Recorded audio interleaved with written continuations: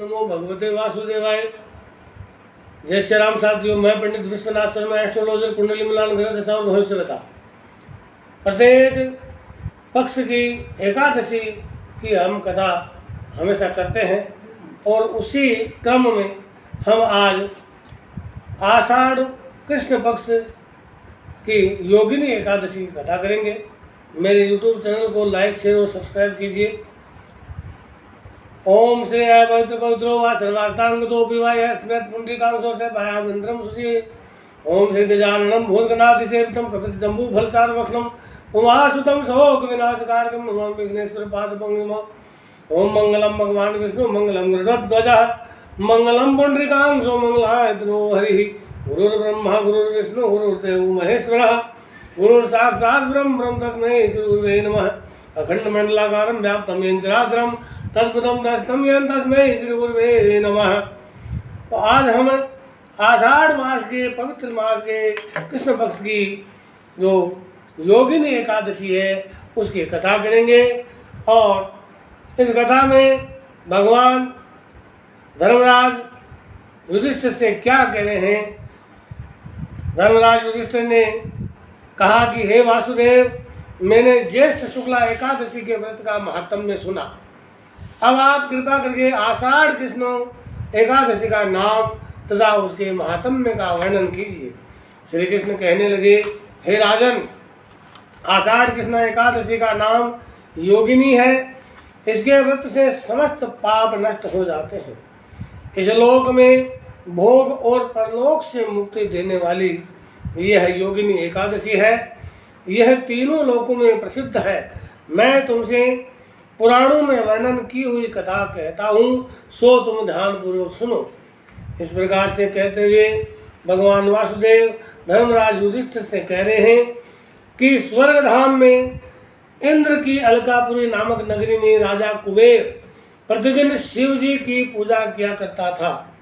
हेम नाम का एक माली पूजन के लिए उसके यहाँ पुष्प लाया करता था। उसकी विशालाक्षी नाम की एक अत्यंत सुंदर स्त्री थी। एक दिन वह मानसरोवर में से पुष्प तो ले आया, परंतु कामासक्त होने के कारण वह अपनी स्त्री से रमण करने लगा और दोपहर तक पुष्प लेकर राजा के पास नहीं पहुंचा। उधर राजा उसकी राह देखता रहा। अंत में उसने सेवकों को आज्ञा दी कि तुम लोग जाकर हेममाली के न आने का कारण का पता लगाओ। सेवकों ने पता लगाकर राजा से सारा वृत्तांत बता दिया। महाराज, माली तो अत्यंत कामी है, अभी तक अपनी स्त्री के पास ही रह रहा है। यह सुनकर कुबेर ने क्रोधित होकर उसे बुलाया। हेममाली राजा के भय से कांपता हुआ उसके सामने उपस्थित हुआ। राजा कुबेर क्रोध के मारे कांपते हुए कहने लगा, अरे पापी नीच कामी, तूने मेरे परम पूजनीय ईश्वरों के भी ईश्वर श्री शिवजी महाराज का अनादर किया है। इसलिए मैं तुझको शाप देता हूँ कि तू स्त्री वियोग सहेगा और मृत्यु लोक में जाकर कोढ़ी बनेगा। कुबेर जी के शाप के कारण हेममाली उसी क्षण स्वर्ग से पृथ्वी पर गिर गया। भूतल पर आते ही उसे श्वेत कोढ़ निकल आया। उसकी स्त्री भी उसी समय अंतर्ध्यान हो गई।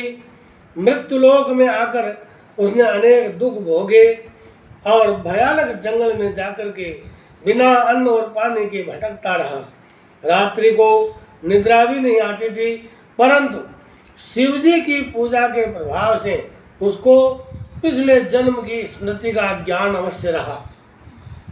घूमते घूमते एक बार वह मार्कंडेय ऋषि के आश्रम में पहुंच गया, जो अत्यंत वृद्ध और तपोवान ऋषि थे। हेममाली वहां जाकर उनके चरणों में गिर पड़ा। उसको देखकर मार्कंडेय ऋषि बोले, तूने ऐसा कौन सा पाप किया है जिसके प्रभाव से तू कोढ़ी होने का महान दुख भोग रहा है। हेममाली कहने लगा, मैं राजा कुबेर का सेवक हेममाली हूँ। मैं राजा की पूजा के लिए नित्य प्रति पुष्प लाया करता था।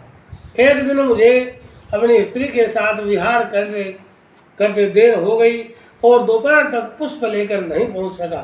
तो उन्होंने मुझे शाप दे दिया कि तुझे स्त्री का वियोग होगा और मृत्यु लोक में जाकर कोढ़ी बन करके दुख भोगेगा।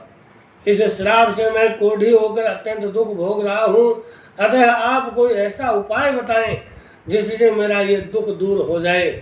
तो इस प्रकार मार्कंडेय ऋषि ने उसका सारा वृतांत सुना हेममाली का, और मार्कंडेय ऋषि बोले कि तूने मेरे सम्मुख सत्य वचन कहे हैं, इसलिए मैं तेरे उद्धार के लिए एक व्रत बताता हूँ। और ये व्रत यदि तू आषाढ़ मास के कृष्ण पक्ष की योगिनी नाम की एकादशी का विधि विधान पूर्वक व्रत करेगा तो तेरे सभी पाप नष्ट हो जाएंगे। यह सुनकर हेममाली ने अत्यंत प्रसन्न होकर मुनि को साष्टांग प्रणाम किया।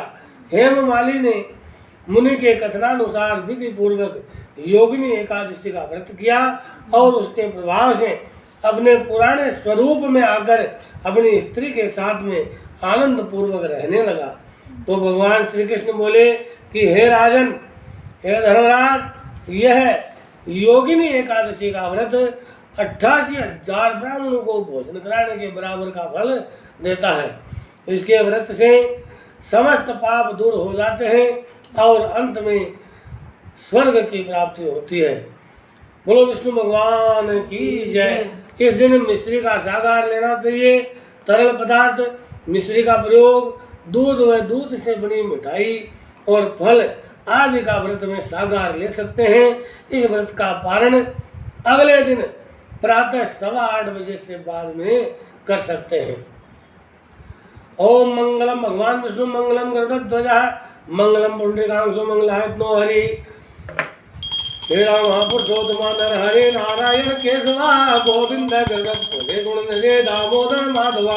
हे कृष्णा कमलापते यदुपते गीतापते श्रीपते वैकुंठाधिपते जराधरपते लक्ष्मीपते पाहि माम्। आदो राम तपोवनादिकं न महत्वा अमृतं काञ्चनं वैदेही हरणं जटायुं मरणं सुग्रीव संभाषणं बाली निर्दलं समुद्रतरणं लङ्कापुरीदानं पश्चात् रावण कुम्भकर्णहननम् एतद्धि रामायणम्। ओम शांताकारं भुजगशयनं पद्मनाभं सुरेशं विश्वाधारं गगनं सदृशं मेघवर्णं शुभांगं लक्ष्मीकान्तं कमलनयनं योगविद्यानगम्यं वन्दे विष्णु भवभयहरं सर्वलोकैकनाथं सर्वलोकैकनाथं। श्री कृष्ण गोविंद हरे मुरारे हे नाथ नारायण वासुदेवा। श्री कृष्ण गोविंद हरे मुरारी हे नाथ नारायण वासुदेवा। हे नाथ नारायण वासुदेवा। हे नाथ नारायण वासुदेवा। हे नाथ नारायण वासुदेवा। हे नाथ नारायण वासुदेवा। श्री कृष्ण गोविंद हरे मुरारी हे नाथ नारायण वासुदेवा। श्री कृष्ण गोविंद हरे मुरारी हे नाथ नारायण वासुदेवा।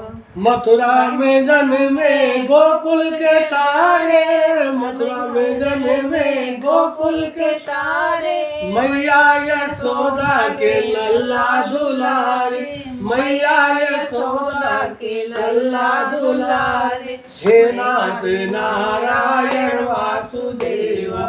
श्री कृष्ण गोविंद हरे मुरारी हे नाथ नारायण वासुदेवा। हे नाथ नारायण वासुदेवा। हे नाथ नारायण वासुदेवा। हे नाथ नारायण वासुदेवा। हे नाथ नारायण वासुदेवा। श्री कृष्ण गोविंद हरे मुरारी हे नाथ नारायण वासुदेवा। श्री कृष्ण गोविंद हरे मुरारी हे नाथ नारायण वासुदेव। और विष्णु भगवान की जय। मोर मुकुटबंसी वाले की जय। योगिनी एकादशी मैया की जय। मेरे YouTube चैनल को लाइक शेयर और सब्सक्राइब अवश्य के साथ कीजिए साथियों। जय श्री राम, जय जय हनुमान, जय श्री कृष्ण।